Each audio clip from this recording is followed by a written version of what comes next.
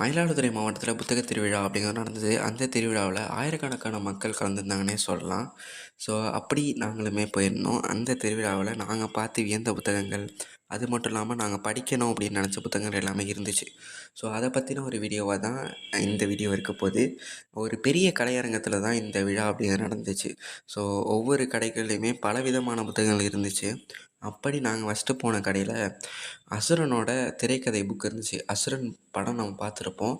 அந்த படத்தில் ஒரு கருத்தை சொல்லியிருப்பாங்க, படிங்க அப்படின்னு சொல்லிட்டு. ஸோ அந்த படிங்க அப்படின்னு சொல்கிறது வந்துட்டு இந்த புத்தக விழாவில் இருக்கிற புக்ஸை வாங்கி படிங்க அப்படிங்கிற மாதிரி இருந்துச்சு.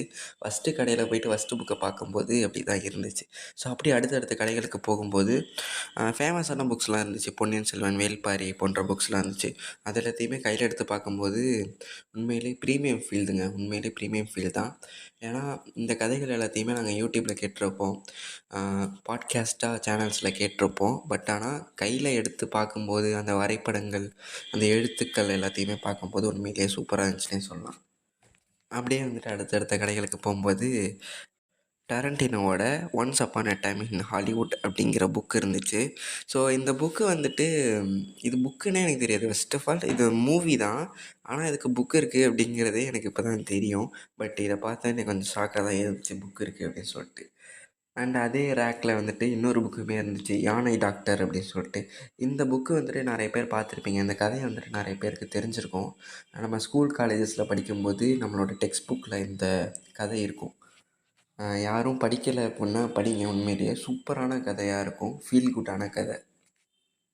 வைரமுத்து அவர்களுக்குன்னே ஒரு பெரிய செக்ஷனே ஒதுக்கியிருந்தாங்கன்னு சொல்லலாம். அந்த செக்ஷனில் பல புக்ஸ் இருந்துச்சு. பட் ஆனால் எனக்கு தெரிஞ்ச ஒரே புக் வந்துட்டு கள்ளிக்காட்டு இதிகாசம் அப்படிங்கிற புக்கு தான். ஸோ இந்த புக்கை வந்துட்டு நான் சின்ன வயசில் கேள்விப்பட்டிருக்கேன். நிறைய ஃபங்க்ஷன்ஸ்லலாம் வந்துட்டு சொல்லுவாங்க, கள்ளிக்காட்டு இதிகாசம் வைரமுத்து அவர்கள் எழுதியது அப்படின்னு சொல்லிட்டு. ஸோ அப்படி தான் நான் கேள்விப்பட்ட புக்கு அது. ஸோ அந்த புக்கை நான் வந்துட்டு இப்போ தான் வாழ்க்கையில் பார்க்குறேன். அண்டு இந்த ஃபங்க்ஷன்லேயே ஒரு சர்ப்ரைஸான ஒரு மொமெண்ட்டுனா, ஹாரி பாட்டர் புக்ஸை பார்த்தப்ப தான். ஸோ ஏன்னா ஹாரி பாட்டர் படங்கள் நம்ம பார்த்துருப்போம். பட் ஆனால் புக்ஸை வந்துட்டு பார்க்குறது ரொம்பவே ரேரு. ஆனால் அந்த புக்குமே இந்த விழாவில் இருந்துச்சு. ஸோ அந்த புக்கோட கவருக்கே முடிஞ்சுட்டு அவ்வளோ அட்ராக்டிவாக அந்த புக்கு இருந்துச்சு. ஸோ இந்த ஃபங்க்ஷன்ஸ்லேயே எனக்கு ரொம்ப சர்ப்ரைஸ் மொமெண்ட்டாக இருந்தது ஹாரி பாட்டர் புக்ஸ் தான்.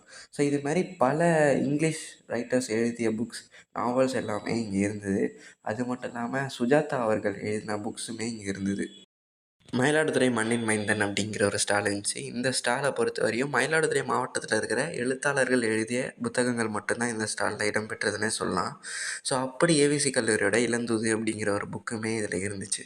ஸோ இளந்தூதை பொறுத்தவரையும் இது வந்துட்டு ஒரு மாணவர் இதழ். மாணவர்களால் க்ரியேட் பண்ணுற ஒரு இதழ் தான்.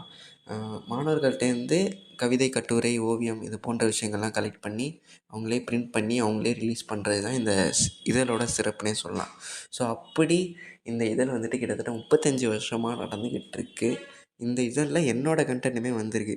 என்னென்னா, நான் இந்த இதழில் வந்துட்டு காமிக் ஒன்று கொடுத்துருந்தேன். அதே சமயம் ஒரு பென்சில் வில்லேஜ் அப்படிங்கிற சிறுகதை ஒன்று கொடுத்துருந்தேன். அது 2மே இந்த புக்கில் வந்துட்டு இருக்குது. ஸோ இதை பார்க்கும்போது எனக்கே கொஞ்சம் பெருமையாக தான் இருக்குது. என்னோடய கன்டென்ட்டுமே புக்கில் வந்திருக்கு அப்படிங்கிறது.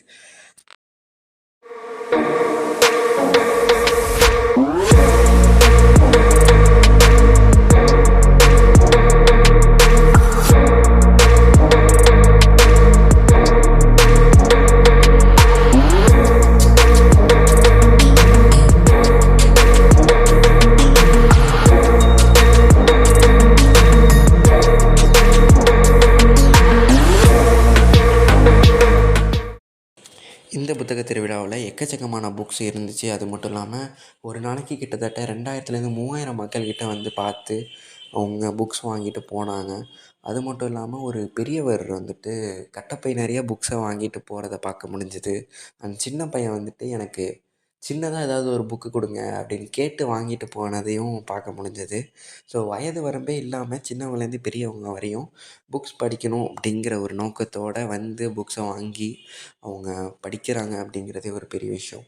ஸோ அண்டு இங்கே இந்த திருவிழாவில் புக்ஸ் மட்டும் இல்லை, கலை நிகழ்ச்சிகளுமே நிறையா நடந்தது. ஸோ ஸ்கூல் பசங்கள்லேருந்து காலேஜ் பசங்க வரையும் அவங்களோட திறமைகளை காட்டி ப்ரைஸஸ் வின் பண்ணியிருந்தாங்க. அந்த ப்ரைஸஸ் என்ன அப்புடின்னா, ரூ. 500 கூப்பன் கோட் அதேமாரி கொடுத்து ரூ. 500க்கு புக்கு வந்துட்டு பர்ச்சேஸ் பண்ணிக்கலாம் அப்படிங்கிற மாதிரி கொடுத்துருந்தாங்க.